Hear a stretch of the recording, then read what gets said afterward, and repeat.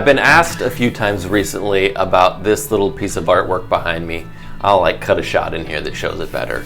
But I have a similar piece of artwork in my studio at home, and I've been asked about what it's all about and where it comes from and all that good stuff. So I'm gonna tell you. So I made this. This is, I call it white scribbles on blue background. That's the official name, I guess. And I have it over my desk because I feel like my desk is the thing that I have control over, right? My desk is the thing that I keep in order. And yeah, I clean it off to film these videos. It is in varying states of disarray throughout the day. But pretty much when I walk in the morning and when I leave at night, it looks something like this. My inbox, things go in it. It's empty when I leave at the end of the day because that is a place for collecting things, and then they process and go out of there. They don't live there. That's not what an inbox is for.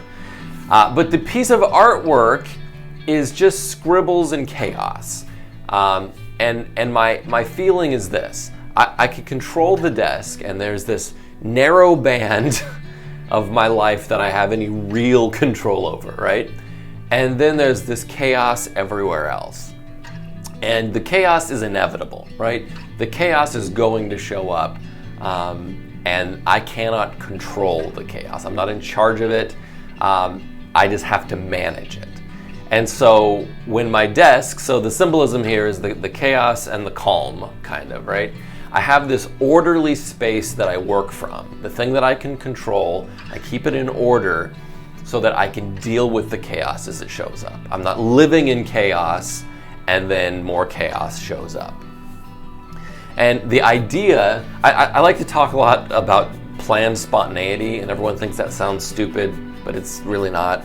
I order the things in my life. I use my calendar and I use my task list, and I keep a very tight control on the things I can control, the things that I know that I'm responsible for, so that at any given time I know what I could be doing, what I should be doing, and what I'm not going to do because I don't want to, right? But I know what exists in my world.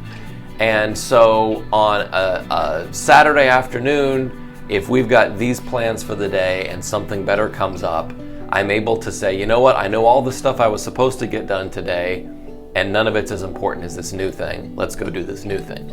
I have control over the things that I have control over, so that when something exciting shows up, I know the choices that I can make, and I know what I'm saying no to say yes to something new. So the artwork is really symbolic of the chaos that is inevitable, and I like the juxtaposition of the order of my desk and the chaos on the wall, and those two things always being neighbors, right?